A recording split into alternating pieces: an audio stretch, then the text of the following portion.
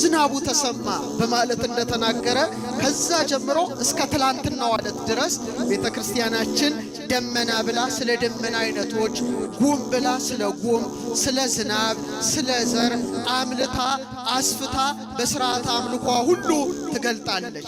ልክ ዛሬ ከሐምሌ 19 ከቂርቆስ በዓል ጀምሮ ደግሞ ስለ መብረቅ፣ ስለ ነጎድጓድ፣ ስለ በረድ የምታስተምርበት ዕለት ነውና ዛሬ ባለችን ጥቂት ደቂቃ በሰማይ ላይ ብልጭ ብለው ስለሚታዩት መባረቅ ድምጹን ስለምንሰማው ነጎድጓድ እንማራለን። የምስጢር ባለቤት ለሄኖክ አባታችን የመብረቆችን ምስጢር የገለጠ ለእኛም ለልጆቹ እንዲገልጥልን ቅዱስ ፈቃድ ይሆንልን። እንግዲህ ሁለት ነገሮች አሉ ማስተዋል ያለብን። አንደኛው በክረምት ወቅት መብረቅ አለ፣ ሁለተኛ ምን አለ? ነጎድጓድ አለ። መብረቅና ነጎድጓድ ትርጉሙን ማወቅ አለብን። መብረቅ የሚባለው ምንድነው? ብልሽታው ሲሆን ነጎድጓድ የሚባለው ደግሞ ምንድነው? ድምጹ ነው። ስለዚህ መብረቅ ምንድነው? አይዟችሁ ተናገሩ። ብልሽታው። ነጎድጓድ የሚባለው ምንድነው? ድምጹ ነው። የቋንቋ ሊቅ የነበሩት አለቃ ኪዳነ ወልድ ክፍሌ መብረቅን ሲፈቱት መቼም የግዕዝ ሊቃውንት ታላላቅ ናቸውና ምን አሉ? መብረቅ አሉ በዝናብ ጊዜ ከደመና አፎት ከደመና ሰገባ የሚመዘዝ የእሳት ሰይፍ ይሉታል። ለምሳሌ አንድ ወታደር ሰይፍ እንደያዘ አድርጋችሁ አስቡ። ሰይፉን ከምኑ ይመዘዋል?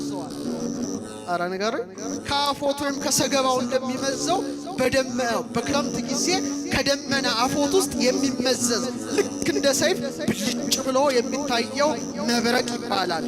ድምጹ ደግሞ የሚያስፈራው የሚያንቀጠቅጠው ግግግግግ ሲል የሚታየው ደግሞ ምን ይባላል? ነጎድጓድ ይባላል። እስቲ በሉ።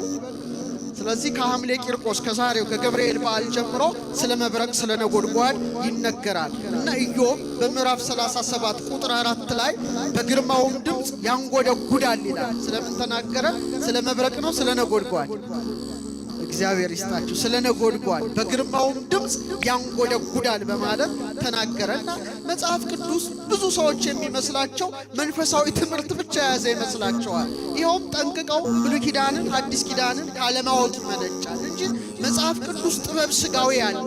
መጽሐፍ ቅዱስ ስነ ፍጥረት አለው። መጽሐፍ ቅዱስ ብዙ ጥበባት አለው። አልፎ ተርፎ መንፈሳዊ ምስጢር አለው። ስለዚህ ጥበብ ሥጋዊ ጥበብ መንፈሳዊ ያስተባበረ ያውም ደግሞ ያሰፈረው ቃል እውነት የሆነ ምንድነው? የእግዚአብሔር ቃል መጽሐፍ ቅዱስ ነው። ስለዚህ በሳይንሱ ብንመለከት እንግዲህ መብረቅ ከምን ይፈጠራል ነው የሚባለው። ተምራችኋል? ይህ ነገሩ እኛ ትምህርት ቤት አያስተምሩም ይመስለኛል። በኤሌክትሪክ ቻርጅ ወይም ሙሎች የሚፈጠረውን መብረቅ ይለዋል። ላይትኒንግ ማለት ነው። ድምጹን ደግሞ ምን ይለዋል? ተንደር ይለዋል። ታውቃላችሁ፣ ሁልጊዜ ተፈጥሮን ስትመለከቱ ሙቀት የለም፣ ግፊት ፕሬሸር የለም። ስለዚህ አየሩ ሲፍታታ ድምጹ ከምኑ ይወጣል? ከውስጡ ይወጣል። ስለዚህ ይህን ነገር ነጎድጓድ ይባላል። መጀመሪያ ብልሽታው፣ ቀጥሎ ድምጹን ማን ሰርቶታል? እግዚአብሔር ፈጥሮታል። በመጽሐፈ ኢዮብ ምዕራፍ 37 ከቁጥር 2 እስከ 3 ምን ይላል? የድምጹን መትመም ስሙ ይላል። ምን በሉ? ስሙ አለ። ከአፉም የሚወጣውን ጉርምርምታ አድምጡ። እርሱን ወደ ሰማያት ሁሉ ታች ብርሃኑን ወደ ምድር ዳርቻ ይሰዳላል። ይህን የሚያደርገው ማን ነው? እግዚአብሔር ነውና ድምጹን ስሙ ይላል መጽሐፍ ቅዱስ። ብልሽታውንም ምን በሉ? ተመልከቱ በማለት ሰዎች በክረምት መብረቅን ነጎድጓድን በመስማት መብረቅን በማየት እግዚአብሔርን እንዲያደምቁ እግዚአብሔር ማንን ፈጠረ? መብረቅና ነጎድጓድን ፈጠረ። እና ጥንት የነበሩ የኢትዮጵያ ሊቃውንት ሳይንቲስቶች ነበሩ። ምኖች ነበሩ? እንደኛ ዘመን አይምሰላችሁ። ሰው ሲወለድ በእግሩ ነው በእጁ ወይስ በጭንቅላቱ? እናቶች ስትወልዱ ልጆቻቸው በምናቸው ነው የሚወጡት? በጭንቅላታቸው። ምን ስለሆነ? ጭንቅላታቸውን መጠቀም ስላለባቸው ነው። ስለዚህ እግዚአብሔር አምላክ ከ86 ቢሊየን እስከ 100 ቢሊየን የሚደርስ ኒውሮን ውስጥ ነርቮች አስቀምጦልናል። ኤሌክትሪኮች አሉ። እነዚህን ኤሌክትሪኮች መጠቀም ያስፈልጋል። መብረቅን ይወልዳል እንዳለ ብልጭ እንደሚል አይምሯችሁን ምን ማድረግ አለባችሁ? ብልጭ ማለት አለበት። እና ሊቃውንቱ አይምሯቸው የበራ ስለሆነ ስለ መብረቅ ተፈጥሮ በትርጓሜ ላይ ሲያስቀምጡ በትርጓሜ ዳዊት ላይ ምንድነው ያሉት? በደመና ተቋጥሮ በጣም ይገርማል አገላለጹ። አሁን እንደ ሳይንስ ሰው ሆኜ ባየው ይገርመኛል። በደመና ተቋጥሮ በነፋስ ተጭኖ ሲመጣ ደመናና ደመና ሲጋጭ ከውስጡ ይወጣል ይላሉ። ለምሳሌ አንዲት ሴት ወተት ስትንጥ ከውስጥ ምን ይወጣል? ቅቤ እንደሚወጣ። ለምሳሌ አስታና አስታ የሚባል ዛፍ አለ። ስታፋጩት በሁለቱ ዛፎች ፍጭት ምክንያት ምን ይወጣል?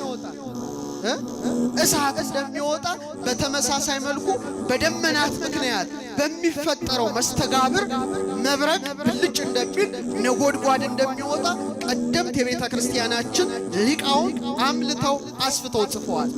አሁን 21ኛው ክፍለ ዘመን ላይ የደረሰውን ሳይንስ ምንድነው የሚለው? ተመሳሳይ ነው የሚለው አይደል? ታውቃላችሁ።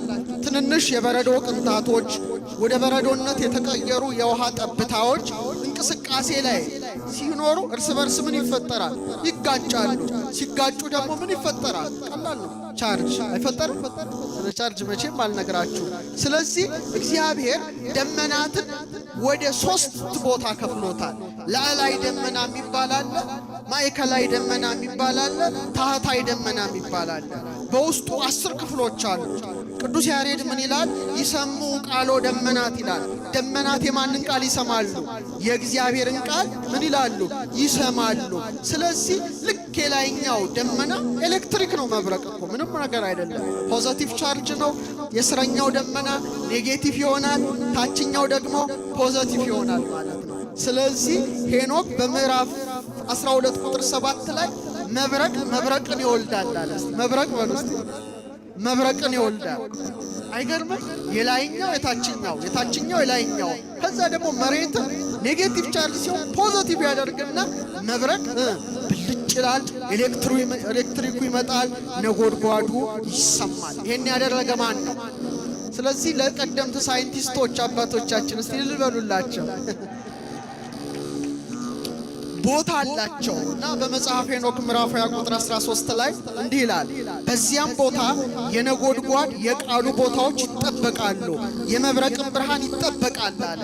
እግዚአብሔር ባወቀ እነዚህ ብርሃናት የሚወጡበት ቦታ እንዳላቸው መኖር ብቻ ሳይሆን የሚጠብቋቸው የሚያዟቸው መላእክት ጭምር እንዳሉ ታላቁ አባት ሄኖክ ጽፏል።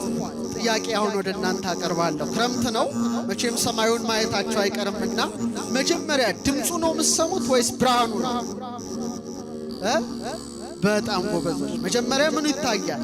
ብርሃኑ ይታያል። ቀጥሎስ ድምፁ ይሰማል።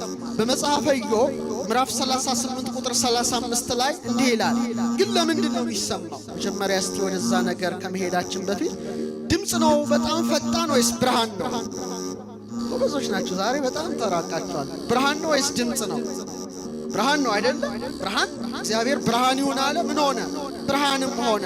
ስለዚህ ብርሃን በጣም ፈጣን ስለሆነ ምኑ ይታያል? ብርሃኑ ይታያል። ቀጥሎ ምኑ ይሰማል? ድምፁ ይሰማል። ስለዚህ ስለ ፍጥነቱ የጻፈልን ኢዮብ ነው። በመጽሐፈ ኢዮብ ምዕራፍ 38 ቁጥር 35 ላይ እንዲህ ይላል፣ መብረቆች ሄደው እነሆ እዚህ አለን ይሉ ዘንድ ልትልካቸው ትችላለህ ይላል። ነጎድጓድ አላለ፣ መብረቆች ነው ያለው። መላክ አትችልም። ምንድነው? በጣም ፈጣኖች ናቸው ማለት ነው። ስለዚህ አሁን ዓለም ደርሷል። ቀላል ነው። ባለንበት ደረጃ ብርሃን በቅጽበት በሴኮንድ 300,000 ኪሎ ሜትር ይጓዛል። በጣም ፈጣን ነው። ስፒድ ኦፍ ላይት ተምራቸዋል ብዬ አስባለሁ። ድምፅስ በሴኮንድ 343 ሜትር ነው የሚጓዘው። የማወራው 343 ሜትር በጣም ትንሽ ነው። ብርሃንስ 300,000 ኪሎ ሜትር እና 343 ሜትር በጣም የተለያየ ነው አይደል? ስለዚህ ነው ኢዮብ ልትልካቸው ትችላለህ ወይ መብረቆችን ይላል። ነጎድጓድ ቀስ ያለ ነው፣ ብርሃን ደግሞ ምን የሆነ ነው? የፈጠነ ነው።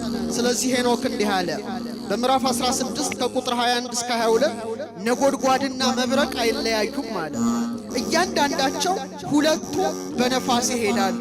አቤት መጽሐፍ ቅዱስ ሞላን ይሄን ሁሉ ምስጢር የያዘ ነው። አንተ ሌላው ውስጥ ገባለህ እንጂ በጣም የረቀቀ ነው። መብረቅ ብልጭ ባለ ጊዜ ነጎድጓድ ቃሉን ይሰጣል። አይለያዩ ማለት ስለዚህ አስቀድሞ የሚቀድመው ምንድነው? ብልጭታው። ቀጥሎስ ለኛስ እንደው ከማውራታችን በፊት ማሰብ የለብን? እውነት አሰጥ ብልጭታ ከቀደመ ብልጭታ ምንድነው? ለኛ ዕውቀት ነው አይደል? የዕውቀት ብልጭታ፣ የጥበብ ብልጭታ፣ የማስተዋል ብልጭታ ብልጭ ካለ በኋላ ብልጭ ያለውን ብናወራው መልካም ነው። የኛ ከብልሽታው በፊት አፋችን ይቀድማል። መብረቅ ግን የሚያስተምረን ብርሃኑ ይቅደም፣ ቀጥሎ ምኑ ይከተል? ድምፁ ይከተል። ስለዚህ ከማውራት በፊት ምን ይቀድማል? ከመጠምጠም አሉ ሊቃውንት መማር ይቅደም። እውነት ነው ሐሰት ነው? ከመጠምጠም ምን ይቅደም? መማር ይቅደም። ካልተማሩ አያውቁ፣ ካላወቁ አይጸዱ። ስለዚህ ሁልጊዜኛ መብረቅ መሆን አለብን። መብረቅን እንደሚወልድ ነጎድጓድ ድምፃችን ቀጥሎም ይመጣ፣ አስቀድሞ ምናችን ይቅደም? እንደ መብረቅ ብልሽታዊ ዕውቀታችን መቅደም አለበት እና ኢዮብ 37 ከ3 እስከ 4 እንዲህ ይላል። እስቲ አብረን እንበል፣ ብርሃኑን በሉ እስቲ። ወደ ምድር ዳርቻ ይሰዳል፣ በስተኋላው ድምፅ ይጮሃል። ስለዚህ የሚቀድመው ምንድነው? ብርሃኑ። ዛሬ ሜትሮሎጂ ነው ማስተምራችሁ፣ መጽሐፍ ቅዱሳዊ ሜትሮሎጂ። ቀጥሎ ምን ይከሰታል? ድምፅ። ስለዚህ ጥበብ ስጋዊ፣ ጥበብ መንፈሳዊ ያለበት የእግዚአብሔር ቃል ምን ብቻ ነው? መጽሐፍ ቅዱስ ነው። ለምሳሌ አሁን ብርሃኑን እስከ ምድር ዳርቻ ይሰዳል ካለ የመብረቅ ድምፅ ሰምታችኋል? ያስፈራል አይደል? ግን መስማት ብትችሉ እስከ 20 ኪሎ ሜትር ብቻ ነው የሚሰማው ድምፁ። እስከ ምን ኪሎ ሜትር? እስከ 20 ኪሎ ሜትር። ብርሃኑ ግን እስከ 160 ኪሎ ሜትር ድረስ ይታያል። ስለዚህ የቱ ነው የሚበልጠው? 20 ኪሎ ሜትር እና 160 ኪሎ ሜትር ይለያያል አይደል? ስለዚህ መብረቅ ብልጭ ካለ ለሁሉ ይታያል። በተለይ ተራራ ባይኖር ውቅያኖስ አካባቢ ብትሆኑ ከዳር እስከ ዳር አብርቶ ይታያል። ታዲያ የሥነ ፍጥረት ጌታ ራሱ ባለቤቱ ወልደ እግዚአብሔር ክርስቶስ ወደ ምድር በመጣ ጊዜ ስለ ምጽአቱ በመብረቅ መስሎ አስተማራቸው። በምን መስሎ? በመብረቅ። ሉቃስ 17:20 ላይ መብረቅ በርቆ ከሰማይ በታች ካለ ከአንዱ ሀገር ከሰማይ በታች ወዳለው ወደ ሌላ ሀገር እንደሚያበራ የሰው ልጅ በቀኑ እንዲሁ ይሆናል አለ። ስለዚህ መብረቅ ብልጭ ሲል ለሁሉ ይታያል አይደል? ተራራ ካልገደበው ኮረብታ ካልያዘው ለሁሉም እንደሚታይ እኔም ስመጣ አለ እንዲሁ እየታየው ነው በማለት ኢየሱስ ክርስቶስ ምጽአቱን እንደ መብረቅ በመብረቅ ብልሽታ መስሎ ምን አደረገ? አስተማረ። ስለዚህ ይህን ነገር ማወቅ መረዳት አለባችሁ። ከቃሉ ጋር ናችሁ? ስለዚህ ዛሬ ሐምሌ 19 ስለ መብረቅ ስለ ነጎድጓድ ነው ቤተክርስቲያን የምታስተምረው። ሌላው በጣም አስደናቂው ዓለም ስለ መብረቅ ግንዛቤ ያገኘው በቅርብ በጣም በተራቀቁ መሳሪያዎች እየመረመረ ነው። አባታችን ሄኖክ ግን ቅድም እንዳልኩት መብረቅ ብዙ አይነት እንደሆነ ጻፈ። ምን አይነት እንደሆነ? አንድ አይነት መብረቅ የለም እና ሞኞች ሰዎች መብረቅ አንድ እየመሰላቸው እጃጃሉ ነበር ለብዙ ዓመታት። አባታችን ሄኖክ ግን የመባረቅት ምስጢሮች ተገለጡልኝ አለ። መብረቅ ሳይሆን መባረቅት። የሰማችሁ ነው? መብረቅ አንድ ነው። መባረቅትስ? ሴት ሲባል አንድ ነው ብዙ? ሴቶችስ ሲባል? እናትስ ሲባል? እናቶችስ ሲባል? አይደለ? ይሄ ነው መብረቅ ሳይሆን ያለው የመባረቅት አለ። ምስጢሮች ተገለጡልኝ በማለት ተናገረ። ዳዊትም በመዝሙር 17 18 14 ላይ መብረቆችን አበዛ አለ። ምን አደረገ? መብረቆችን አበዛ አወካቸው ይላል። ይሄን ያደረገ ማ ብቻ ነው? የሥነ ፍጥረት ሁሉ ጌታ ማን ነው? እግዚአብሔር ነው። እንደገና በመዝሙር 96 ቁጥር 4 ላይ መብረቆቹ አለ። እስቲ በሉ ምኖቹ? ለዓለም አበሩ፣ ምድር አየችና ተናወጠች ይላል። አሁን ከዚህ በኋላ ብልጭ ሲል ለእኔና ለእናንተ የሚሰጠው ትርጉም ይለያል። እስካሁን መብረቅ ስታዩ ሌላ ስሜት ይሰማችሁ ነበረ። አሁን ግን የእግዚአብሔር የገናንነቱ መገለጫ እንደሆነ ትረዳላችሁ። ስለዚህ ብዙ አይነት መብረቆች አሉ። ልንገራችሁ። ምን አይታችኋል? እስቲ ቀና ብላችሁ ብልጭ ሲል እናንተማ ያሮጣችሁ ቤት ውስጥ መደበቅ ነው። ግን ዝም ብላችሁ እስቲ እያንዳንዳችሁ አስተውሉ። ብልጭ ሲል ምን አይነት ቅርጽ አይታችኋል? ብዙ አይነት ነው አይደለ? ጥሩ ልንገራችሁ። አሁን እናንተ ከዚህ በኋላ ይኸውላችሁ ውጭ ወጣችሁ አትዩ፣ ግን በቤት መስኮታችሁም ቢሆን ቅርጾቹን ለማየት ሞክሩ። እኔ ነግራችኋለሁ፣ እናንተ ማየት የእናንተ ድርሻ ነው። እና ዋናው አደገኛ የሚባለው የመብረቅ አይነት መብረቅን ይወልዳል እንዳለ መሬት ፖዚቲቭ ቻርጅ አድርጎ ከመሬት በላይ ያለው ደመና ኔጌቲቭ ቻርጅ አድርጎ ሁለቱ ሲሳሳቡ የሚፈጠረው እጅግ ከባዱ መብረቅ ይባላል። የሰማችሁኝ ነው? ይሄ አደገኛው ነው። ለዚህ ነው አባቶቻችን ደመናና ደመና ሲጋጫሉ ልክ እንደሚመዘዝ የእሳት ሰይፍ ከደመና አፎት ውስጥ የሚወጣ ብለው የተናገሩት ነው። ሌላው ሳይንሱ የደረሰበት ኢንትራክላውድ የሚባል መብረቅ አለ። ይሄ ደግሞ በአንድ ደመና ውስጥ ብቻ እኮ ነው። አንድ ደመና ሌላ ውስጥ ሳይሄድ ደመና ውስጥ አንዱ ደመና ፖዚቲቭ አንዱ ደመና ኔጌቲቭ ይሆንና ሲፈጠር ኢንትራክላውድ የሚባል መብረቅ አለ። ሌላው ደግሞ በጣም አስገራሚው በተለያዩ ሁለት ደመናቶች መካከል ደግሞ የሚፈጠር መብረቅ አለ። ስለዚህ ሳይንሱ ይሄንን ኢንተርክላውድ ይባላል። በጣም የሚገርመው ይሄ መብረቅ ከአንዱ ደመና ወደ አንዱ ደመና የሚጓዘው በምን መሰላችሁ? በነፋስ። እስቲ በሉ ድገሙት፣ በነፋስ። ይሄ አሁን ዓለም የደረሰበት ዕውቀት ነው። የመባረቅት ምስጢሮች የተገለጡለት አባታችን ሄኖክ በምዕራፍ 16 ቁጥር 21 ላይ እንዲህ ይላል፣ መብረቅና ነጎድጓድ አይለያዩም፣ አንዱም ሁለቱ ሁሉ በነፋስ ይሄዳሉ አለ። በምን ይሄዳሉ? ተመልከቱ፣ ሳይንሱም ተመሳሳይ ነው። በአየር በነፋስ ይሄዳሉ አለ። የአዳም 7ኛ ትውልድ የሆነው ሄኖክም በምን ይሄዳሉ አለ? በነፋስ ይሄዳሉ አለ። ሌላ ብዙዎቻችሁ ያያችሁት ከሆነ ሹካ የሚመስል መብረቅ አይታችሁ ታውቃላችሁ? ብዙ ቅርንጫፍ ያለው አይታችሁ ትንሲል በጣም የተለያዩ ቅርንጫፎች የሚሰራ በሌላው ዓለም ፎርክድ ላይትኒንግ ይላሉ። ሹካ መሳይ መብረቅ እስቲ በሉ። እኛ ሹካ የምናውቀው መኮሮኒ ለመብላት ነው። እና ሹካ የሚመስል በጣም ልክ ብዙ ቅርንጫፍ ልክ እንደ ዛፍ ቅርንጫፍ የሚሰራ አለ። እና ዳዊትም በመዝሙር 143 ምዕራፍ 144 ቁጥር 6 ላይ እንዲህ ይላል። እስቲ አብረን እንበለው። መብረቆችህን በሉ እስቲ አይሰማም፣ ብልጭ አድርጋቸው፣ በትናቸው። አቤት የዳዊት ቃል እንዴት ሲል መብረቆችህን አለ ብልጭ አድርጋቸው። እናንተ ብልጭ ሲል ነው የምትሮጡት። ዳዊት ግን በትናቸው አለ። ብትን ብለው ልክ እንደ ሮኬት በሰማይ ላይ የሚወረወረው አንድ የመብረቅ አይነት አለ። ይሄን የፈጠረ ማን ነው? ድገሙት፣ ማን ነው? በጣም ጥሩ። ሌላው በጣም ይህ መብረቅ አሁን የጠቀስኩላችሁ ከደመና ወደ ደመና ከደመና አየር ደግሞ በደመናው መካከል ባሉ በኤሌክትሪኮች መካከል የሚፈጠር ነው። ስለዚህ ነገር በመጽሐፈ መቃብያን ላይ እንዲህ ተጽፏል። 3ኛ መቃብያን ምዕራፍ 9 ቁጥር 6 እንደ ጥልቅ ነፋስ ትሆን እንደሆን ጎዳናውን እንደሚያቀና እንደ መብረቅ ትሆን እንደሆነ ይላል። አያችሁ ምኑን እንደሚያቀና መንገዱን። ስለዚህ ቀና ብለን ምንን እንመልከት? ቀና ብላችሁ ምንን ተመልከቱ? ይሄን ካልሆነ ትቀጣላችሁ። አይኖችን አቅንተህ አለ በመጽሐፈ ኢዮብ ላይ ካንተ ከፍ ከፍ ያሉትን ደመናትን ተመልከት። አሊያማ 4 እግር ይሰጣችሁ ነበር እግዚአብሔር። ስንት እግር? ላሙ ስንት እግር አለው ንገሩኝ? ፈረሱ ስንት እግር አለው? በቅሎ ስንት እግር አለው? አህያው ስንት እግር አለው? ቀበሮ ስንት እግር አለው? ከርከሮ ስንት እግር አለው? በጣም 4 እግር። አንተስ አንቺስ? እነሱን ለምን 4 እግር አድርጎ ፈጠረ? ቀና ማለት ስለማይችሉ ነው። የተፈቀደላቸው ምን ብቻ እንዲያዩ ነው? ንገረኝ። መብረቅ እንዲያዩ አይደለም። መሬት ሁሌ የሚበሉትን ሲያስጠላ እንኳን እንስሳት አለ።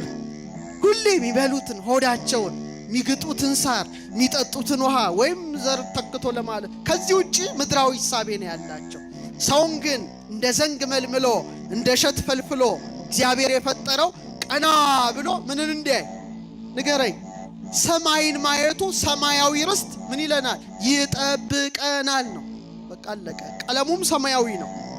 አባታችን ሆይ በምን የምትኖር ቀና ብለሽ ማየትሽ ሰማይን፣ ፀሐይን፣ ጨረቃን፣ ከዋክብትን አይታችሁ ማንን እንድታመሰግኑ ነው? መባረቅቱን ነጎድጓዱን አይታችሁ ልዑልን እንድታደንቁ ነው። አሊያ መሬት እያየ ከኖርክ ትጠየቃለህ። 4 እግር አይደለም የሰጠ ጌታ። ስንት እግር ነው? ስለዚህ ቁጭ በማለታችሁ ምድራዊ ናችሁ፣ በመቆማችሁ ሰማያዊ ናችሁ። አቅንታችሁ ሰማይ ማየታችሁ ነፍስ አላችሁ። ምድር ማየታችሁ ደግሞ ምን አላችሁ? ስጋ አለናል። ይሄ ቀና ብለን ከዚህ በኋላ ብልሽታዎቹን ካላየን በአይናችሁ ትጠየቃላችሁ። ምን አየህበት ጌታ ብሎ ቢጠይቅ ፌስቡክ አየው፣ ቲክቶክ አየው። ገናንነቱን ሰማያት ይነግርህ ስብሐተ እግዚአብሔር።